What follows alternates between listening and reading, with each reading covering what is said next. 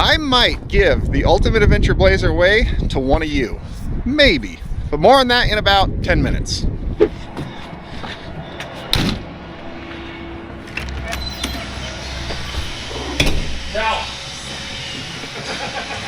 The stupidest vehicle I have ever bought.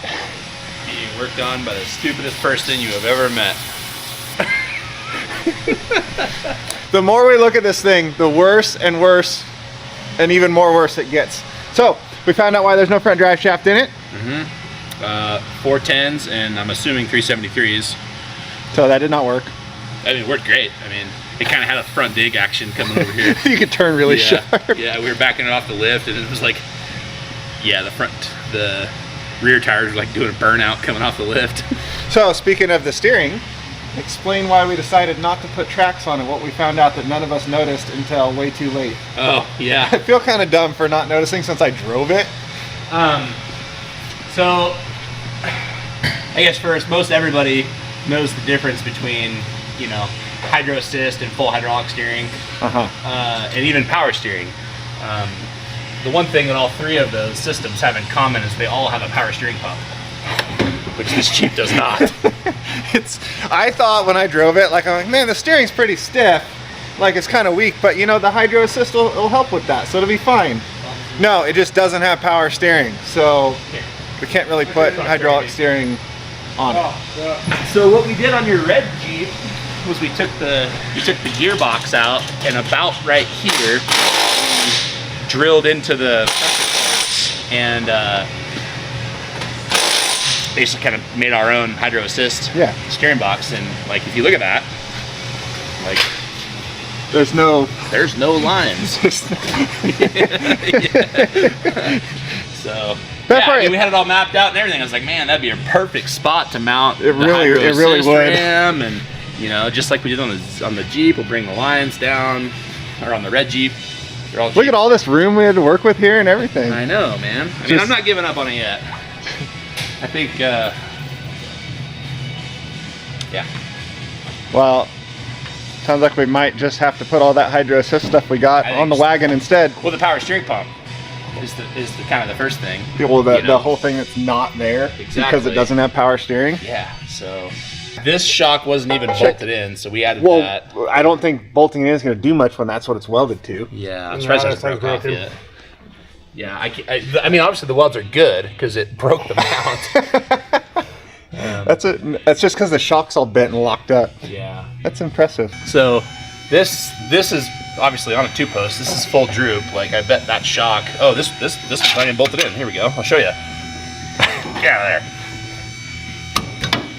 Like, and just for reference, you guys did not unbolt that. That's just how it was. Yeah, I just saw, that it was nutless. So that leaky wheel cylinder there, that's all brake fluid. God. My life flashed from my eyes. I got smacked in the face by a drive shaft. Yeah, this is all brake fluid that's leaking out. You know the best part? I drove this here. And Not only did you drive it here, but you drove it all over the place with my kids on the road. They're on a different road. Oh yeah, check this out. Yeah, that's not the fuel tank or anything. No, that's that can rub. I like that they tried grinding it. Oh yeah, they made it on the outside. You can see, not on the inside. Never mind the fact that's galvanized unistrut. You know what gas does galvanized metal produce? Bad. Yeah, not human friendly. No. What happened to this oil pan? Somebody tough trucked it. How is that? I mean, that almost is the shape of like a axle stand. So this was never connected. You see. We're gonna hook that up. That one needs to be hooked up. The back one wasn't either. Yeah, which the back one doesn't steer. You know, when the steering box is doing this keeps the leaf springs from. It handled good. A lot of me is depending on your judgment of what good is. I did 65. You know, this was like bent around the leaf spring, so we're gonna take this off. We're gonna use 110 heavy tire ends and run it up over here like that. Okay. finally cleaned my house, so I'm breaking out my new tropical room. Yeah. Other than that, it's good. And create an affordable price just for you. I mean, bundling your home and I guess if you owned a farm, you know, and I the do. chicken coop was like a ways from the house, It it'd is. be good for that. Yeah. See? There's the bolt goes right. This is pretty bad, man. Like, this is... I hope the guy you bought this from watches your channel. Call me, sir. I'm gonna take away your man card. You don't get to build stuff anymore. Yeah, take away my credit card too. So here's what we should do. We should, here's a new business idea. We'll get one of these lifts and we'll mount it on a trailer. Oh, I've already thought about that. And then when we go look at things for sale on Marketplace, we can actually put them up on a lift and like try some stuff out. Yeah. See what we're doing. And then we could charge out to people who want to buy stuff on Marketplace who are stupid like us and just buy total junk. And we'll go and we'll do a pre-vehicle inspection before they buy it.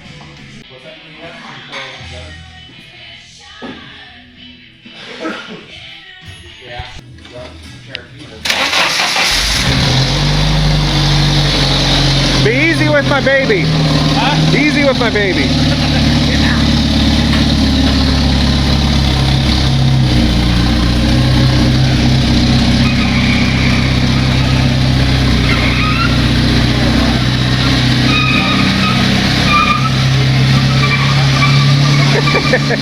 Speaking of poorly built vehicles, let's talk about the opposite of a poorly built vehicle.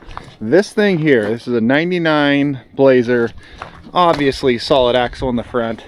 This thing is very well built. The cage work alone on this thing, if you notice, even this whole top bar is just ever so slightly rolled to match the roof line. Full exo cage, all the way down tied into the frame. These rock sliders here all go into the frame. The front cage comes down through the fender, tied all in really well here. Obviously solid axle swapped, leaf springs all the way around. And then that external cage, as you can see here, here, all the way across thing, is even bolted in and tied into the internal cage. So that goes right up through and that plate goes right out to the external one. The tube work in this vehicle alone is just next level. Then on the fact it's got 4.3 V6, I forget what transmission and transfer case in these. Oh, it's a 231 transfer case. I do know that. There's a whole magazine build on this particular transfer case. Ford 9-inch in the rear, Dana 44 in the front, Detroit lockers front and rear. Very, very capable rig. It was built for the Ultimate Adventure that Peterson 4-Wheel and Off-Road magazine always did. This was actually built by the magazine for Ultimate Adventure 2017 and was featured in all of those videos. And I might give this away to one of you. So something I was thinking of doing, since I'm not a rock crawler. I don't really like rock crawling. I like exploring in the woods. That's my type of wheeling, just going out cruising in the woods, exploring. This right here is capable of doing all the wheeling that I want to do. I just like to go explore in the woods. This is an Ultimate Adventure machine. That's what it was built for. This is a very capable rock crawler that can also, you know, drive to and from the trails. So now that I have, well, we've got that Jeep on 37s. We got that super cool 4-wheel drive car. We got that Willys wagon on 35-ishes. We've got this on 37s. I really don't have a need or a place for this rig. So my thought was, I'm gonna put it out as a challenge to you guys. If we're at a little over 350,000 subscribers right now, and if you look at the analytics, the majority of the people watching this channel are not subscribed. So that subscriber number is very, very low for the amount of viewers I actually have. If I had a more proportionate number of subscribers to viewers, it'd be much bigger. So since most of you watching aren't subscribed, my challenge to you, the audience in general, is if we get to 500,000 subscribers by February 1st, this is, oh, vapor lock, November something, it's in the teens. By February 1st, we hit 500,000 subscribers, I will give this away to one of you. And we're not doing any of that stupid, you gotta buy this, and if you buy my merchandise, you can get entered, or this, that. No money involved at all. The only requirements to win this thing will be, we have to be at 500,000 subscribers by February 1st, and to be subscribed. Then in that, if we hit that, I'll make a video saying that, and the only thing you have to do is be subscribed and comment literally anything on that video, and we'll just go pick someone, and that's who wins. Not a dollar has to be paid to enter to win this thing like all them other YouTube channels do. Simply will be a giveaway.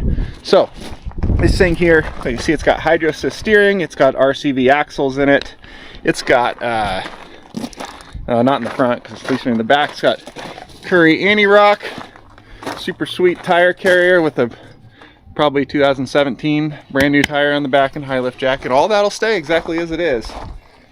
It could be yours if we can hit 500,000 subscribers by February 1st. If not, I'll probably just put it up for sale, or maybe just keep it, or maybe issue a new challenge at that point. We shall see. So that, a lot of people ask what I'm gonna do with the Blazer, and I have that. That's what I'm thinking of doing with it, because it's way overbuilt for anything I need, and that makes me not really want to drive it when I have super fun vehicles like that. And also, it's like really nice inside. Everything's all complete. AC works, heater, AC. It's like a great family rock crawling wheeler rig. It's just, it's not my style. So maybe it can be one of your style. So if you're not subscribed, you better go click that button. It's free and easy to do. So easy, in fact, that if you'd have just clicked it when I said so, you'd already be done. And if you are subscribed, maybe share this around so that we can get some more subscribers on here and hopefully hit that 500,000 number.